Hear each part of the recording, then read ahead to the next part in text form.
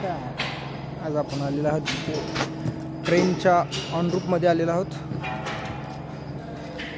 आणि जी वर जी दिसते ही लाईन जी हातात पकडली तिला ओएचची लाईन म्हणते. कॅटनरी वायर असते.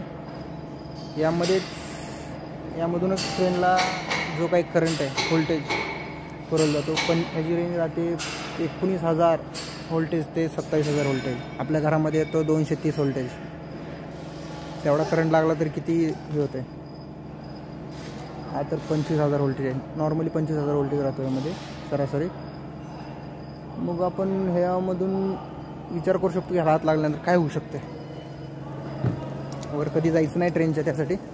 आता सध्या पॉवर ऑफ घेतल्यामुळे इथं करंट नाही आहे ह्याच्यामध्ये. ठीक आहे. मेंटेनन्समध्ये पॉवर ऑफ केला जातो इथे. आपलं काम झालेलं आहे. आपण उतरते. अजून दुसरी काय इन्फॉर्मेशन. आपण चालत आहोत डब्यावरून, एका डब्यावरून दुसऱ्या डब्यावर चाललोय. हे पहा,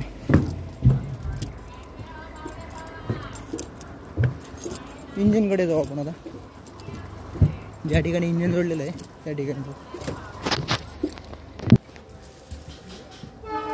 इथं असतं इंजिन ट्रेनचं. इथून करंट आतमध्ये जातो.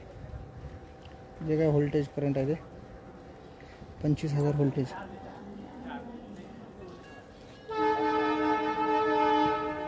समोर हॉर्न आहे. ड्रायव्हर कॅब राहतो तिकडं. आपण उतरून घेऊ आता खाली.